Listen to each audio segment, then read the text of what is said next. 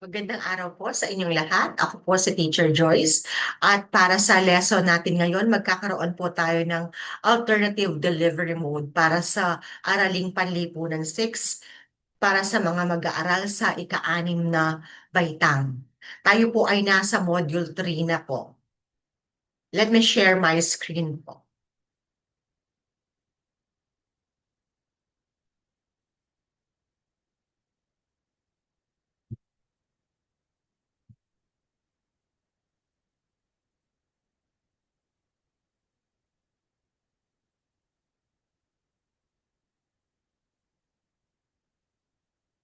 Sandali lamang po.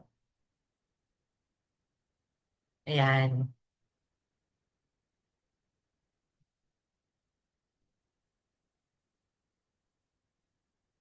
Para sa module na to, pag-aaralan po natin ang pamahalaang Commonwealth. Noong nakaraang module, pinag-aralan po natin ang pagsusumikap ng mga Pilipino tungo sa pagtatatag ng nagsasariling pamahalaan. Natutunan po natin sa nakaraang module no, na maraming mga Pilipino na talagang nagsumikap upang ang Pilipinas ay magkaroon ng sarili nitong pamahalaan. Nariyan po sina Manuel L. Quezon, sina Sergio Osmeña, sina Manuel Rojas, Claro M. Recto at marami pang iba. Talagang sila po ay nagpursigi upang magkaroon ng sariling pamahalaan ang ating bansa. Pagkatapos ng araling ito, ikaw ay inaasahang nasusuri ang pamahalaang Commonwealth. Pangalawa, matatalakay at maiisa-isa ang mga pangyayaring nagbigay daan sa pagkakatatag ng pamahalaang Commonwealth at ang layunin nito na ipapahayag ang sariling damdamin tungkol sa pagtatatag ng pamahalaang Commonwealth upang maihanda ang mga Pilipinong mamuno sa sariling bansa. Bago tayo dumako sa ating aralin, pag-aralan muna natin ang mga salitang di pamilyar na upang maunawaan natin ito sa ating pag-aaral. Una rito ay ang salitang Commonwealth na ang ibig sabihin ay tinatag tinatag din itong makasariling pamahalaang may layuning sanayin ang mga Pilipinong mamahala sa bansa sa loob ng 10 taon. Pangalawa ay ang ehekutibo. Ito ay ang sangay ng pamahalaang nagpapatupad ng batas.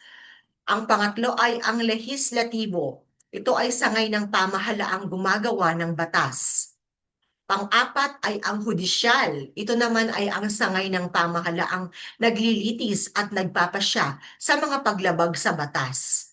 Nariyan din ang salitang pamamahala na ang ibig sabihin ay pangasiwaan at ang panghuli ang salitang pinasinayaan na ang ibig sabihin ay sinimulan o itinatag. Bago natin pag-aralan ang pamahalaang Commonwealth, aral muna natin, tingnan muna natin ang mga timeline nito bago umusbong ang pamahalaang Commonwealth. Noong 1902, maaalala natin na nagkaroon ng Philippine Bill or ang Batas Pangbansa. Pagkatapos niyan, sinundan niya noong 1907 ng Philippine Assembly or Asembleya ng Pilipinas. Noong 1916, no? Nagkaroon din ng Batas Jones. No, dito sa Batas Jones, maaalala natin sa ating pag-aaral dito nagkaroon ng pag-asa. Ang mga Pilipino, binigyan sila ng pag-asa ng mga Amerikano na kapag napatunayan ng mga Pilipino na may kakayahan na silang pamunuan ang kanilang sariling pamahalaan ay ibibigay na sa kanila, bibigay na sa atin rather, ang kalayaan. Pagkatapos ng Jones Law, 1916, noong 1931, nagkaroon ng misyong OSROX. Dito dating pangalawang pangulong Sergio Osmeña at si Manuel Rojas, no, ay nagkaroon ng misyon. Sila ay nagpunta sa Estados Unidos na ang layunin ay ipahayag na ang Pilipinas ay handa na magkaroon ng sariling pamahalaan, handa na humawak at handa na magtatag ng kanilang sariling pamahalaan. Noong 1932 naman, narito rin, no? ang Harry-Hawes-Cutting Law.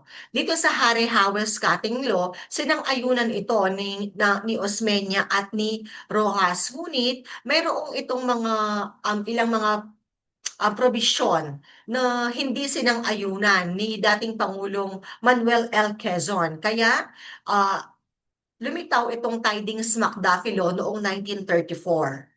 Pagkatapos ng Tidings-McDuffie ng 1935, nagkaroon ng Constitutional Convention, kaya nagkaroon din at dito na lumitaw ang pamahalaang Commonwealth. Sa madaling salita, dahil sa Tidings-McDuffie Law, no, nagbunga ito. Binunga nito ay ang pamahalaang Commonwealth.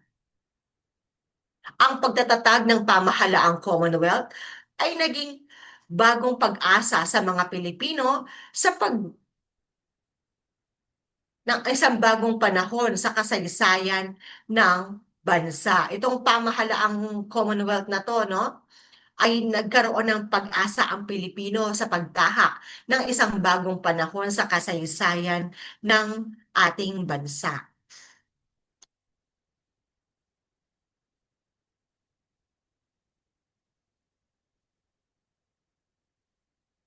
Ginanap noong ika-17 ng Setyembre 1935 ang isang pambansang halalan upang pumili ng mga pinuno ng pamahalaang Commonwealth ng Pilipinas na itinadhana ng Batas Tidings-McDuffie. Katulad ng sinabi ko kanina, itinadhana ng Batas Tidings-McDuffie ang pamahalaang Commonwealth.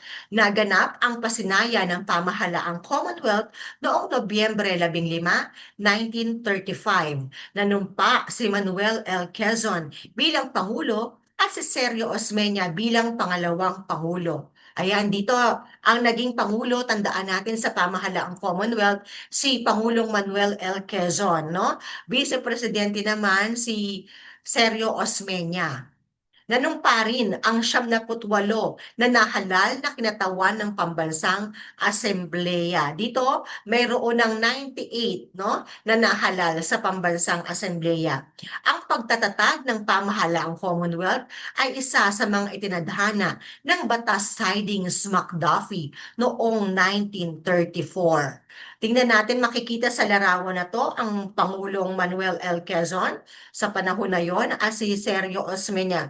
Ito ay isang selyo, no? Noong First Day Commonwealth of the Philippines, sabi niya dito. Ginawa itong selyo. Si Pangulong Manuel L. Quezon, nakalaban niya sa pagkapangulo dito si dating Pangulong Emilio Aguinaldo, no? Natatandaan natin, no, sa ating mga nakaraang pag-aaral, si Pangulong Emilio Aguinaldo ang unang Pangulo ng Republika. So, noong pamahalaang Commonwealth, si Aguinaldo tumakbo rin siya sa pagkapangulo, ngunit natalo siya ni Manuel L. Quezon. Kaya si Manuel L. Quezon ang hinirang na Pangulo ng pamahalaang Commonwealth.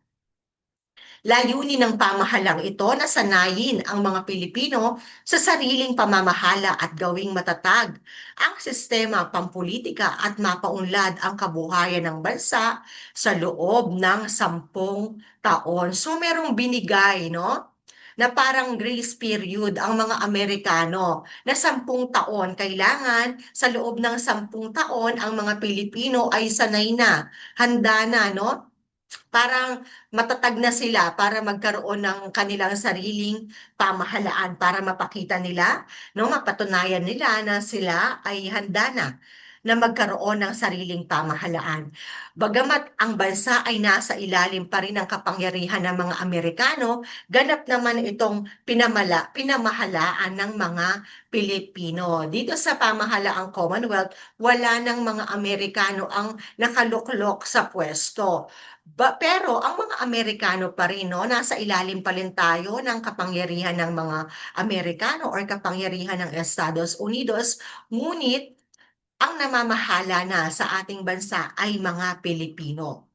Layunin ng pamahalaang ito na masubok ang kakayanan ng mga Pilipino na bigyan ng 10 taong pagkakataon ang mga Pilipino na magsanay sa pagkilala ng mga suliranin, pagsusuri ng mga ito at paglutas ng mga ito. Katulad ng sinabi ko kanina, pagkalipas ng 10 taon at napatunayan ng mga Pilipino na sila ay may kakayanan ng humawak ng kanilang sariling or mag-govern ng kanilang sariling pamahalaan, ay ibibigay na ng Estados Unidos ang kalayaan sa Pilipinas.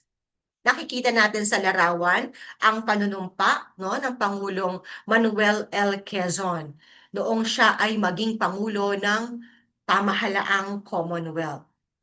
Ang pamahalaang Commonwealth ay mayroon ding 3 sangay ng pamahalaan. Una dito ay ang tagapagpaganap or ehekutibo. Nariyan din ang tagapagbatas o lehislatibo at ang tagapaghukom o hudikatura.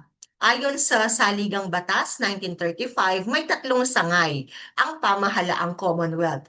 Ang ehekutibo na pinamumunuan ng Pangulo, ang lehislatura na kinatawan ng pambansang asembleya at ang hudikatura na binubuo ng Korte Suprema at ng mababang korte. Yung 3 branches of government na yan, pinag-aralan na natin yan, no, nung mga nakaraan nating mga pag-aaral. Sa ilalim ng pamahalaang Commonwealth ay talagang pinaigting nila na magkaroon ng katarungang panlipunan. Ang pagtataguyod ng katarungang panlipunan ay isang programa ni Pangulong Manuel L. Quezon. Inilunsad ito upang mabigyan ng pantay na karapatan ang mga Pilipino at mapangalagaan ang kanilang kapakanan. Mayroon silang sa ilalim ng pamahalaang Commonwealth ay maraming mga magagandang batas, no, na isinabatas, no, at isinagawa sa Pilipinas at talagang nakabubuti sa mga Pilipino at nakabubuti sa ating bansa. Ilan sa mga ito ay ang mga sumusunod. Una ay ang pagtatakda ng minimum wage law. Ito yung minimum wage law. Noong panahon ng pamahalaang Commonwealth, nag-start po yan. Ano po yung minimum wage law po na yan, teacher? Ito po yung nagtatakda, no? Kung magkano yung pinaka-minimum or pinaka-mababa na pasahod sa isang manggagawa. Itong minimum wage law po na ito ay nakadepende po, no? Nakadepende kung saang lugar po nagtatrabaho ang isang manggagawa. So, sa iba't ibang lugar, iba't iba rin po ang minimum wage law. Dito sa Pilipinas, halimbawa, ikaw ay nasa Metro Manila, iba yung minimum wage law doon dahil mas mataas yung cost of living doon. Tapos kapag ikaw naman ay nasa probinsya, halimbawa dito sa atin sa Pampanga, medyo mababa yung ating cost of living kaysa sa Metro Manila, kaya medyo mababa rin ang minimum wage law na ito. Pangalawa ay ang pagtatakda ng 8 oras lamang na pagtatrabaho ng isang manggagawa sa isang araw o 8-hour labor law. Itong 8-hour labor law na to, sa ilalim to ng pamahalaang Commonwealth, ito ay naisabatas. Kailangan ang isang manggagawa, 8 oras lamang siya na nagtatrabaho. Kapag nag-exceed o lumagpas sa 8 oras ang kanyang pagtatrabaho, kailangan mababayaran na siya ng overtime pay. Pangatlo ay ang pagtatakda ng Tenancy Act, kung saan magkakasundo ang umuupa at magpapaupa sa pamamagitan ng kontratang lalagdaan ng 2 panig. Dito meron ng Tenancy Act, no? Yung meron ng kontrata, yung nagpapaupa at yung uupa, no? Meron na silang black and white na pirmahan ng 2 panig. Pag nagkasundo sila, no? Meron silang pipirmahan na kontrata. Sa pang-apat, pagtatadhana ng Public Defender Act na kung saan ang mahihirap na manggagawa na may usapin sa paggawa ay mabibigyan ng libreng serbisyo. Dito, ang Public Defender Act, kapag halimbawa ikaw ay isang manggagawa, no? Mayroon mga paglabag na ginagawa ang iyong amo or yung boss mo. Ngayon wala kang kakayanan, no, para magbayad ng iyong abogado. Bibigyan ka dito ng libreng serbisyong legal dito sa Public Defender Act. Dito sa pamahalaan, sa ilalim ng pamahalaang Commonwealth, no? Talaga namang para umunlad ang ating bansa, sabi ni Pangulong Quezon, inatasan niya ang Pambansang Asembleya na gumawa ng hakbang upang isulong ang pambansang wika na naaayon sa umiiral na wika sa bansa. Talagang noong pamahalaang Commonwealth, pinagamit no, ang wikang pambansa sa atin. Si Pangulong Manuel L. Quezon, nagpunta siya dahil siya ay Pangulo ng bansa, nagpunta siya, bumisita siya sa iba't ibang lugar dito sa Pilipinas at napagtanto niya, no, nalaman niya na hindi sila nagkakaintindihan yung mga pinupuntahan niya mga lugar, nahihirapan siyang makipag-communicate dahil iba't iba nga yung kanilang dialect na ginagamit sa iba't ibang mga lugar. Kaya inatasan ngayon niya ang pambansang asembleya, no? Kailangan isulong, mayroon tayong pambansang wika at ito ay gagamitin upang yung pambansang wika na yon gagamitin upang magkaintindihan ang lahat, no? Kaya naman noong Nobyembre 13, 1936, ayon sa Commonwealth Act 184, itinatag ng Asembleya ang surian ng wikang pambansa. Ito yung SWP, no? Upang pag-aralan ang wika at dialekto na magiging batayan ng wikang pambansa. Ang SWP, pinag-aralan nila yung iba't ibang wika, no? At namili sila kung ano ba yung magiging batayan ng ating pambansang wika. At napagpasya nila na Tagalog ang inirekomenda ng surian na maging batayan ng wikang pambansa na kung saan naging opisyal na pambansang wika noong Hulyo 4, 1946. Ayon na rin sa Commonwealth Act bilang 570. Dahil dito, no, tinaguri ang ama ng wikang pambansa si Pangulong Manuel L. Quezon. Siya ang tinaguri ang ama ng wikang pambansa. Kaya tuwing buwan ng Agosto, no, pinagdiriwang natin, no, ang buwan ng wika. Agosto dahil yon ang buwan ng kapanganakan ng Pangulong Manuel Luis Quezon. Dito sa ilalim ng pamahalaang Commonwealth, nagkaroon ng boses ang mga kababaihan. Nagkaroon ng karapatang bumoto ang mga kababaihan.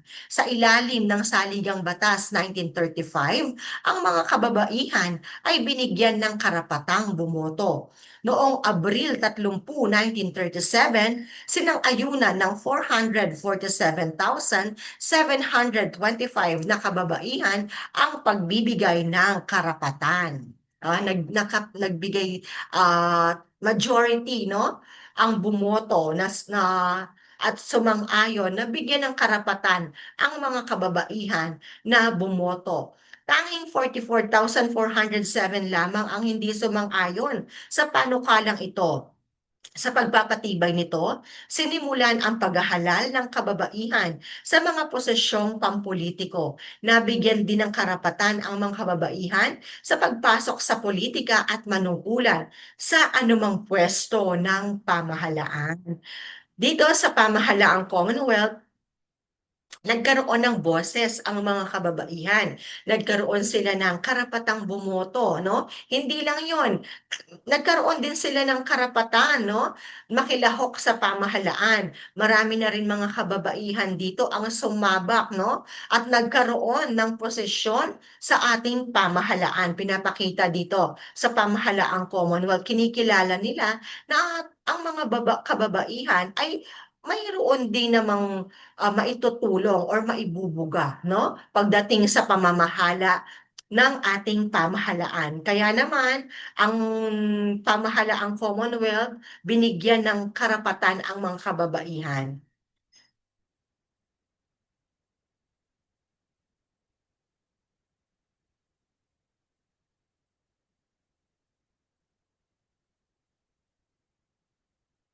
Ayan, ang pamahalaang Commonwealth, marami siyang nagawa, no? Na magaganda para sa ating bansa.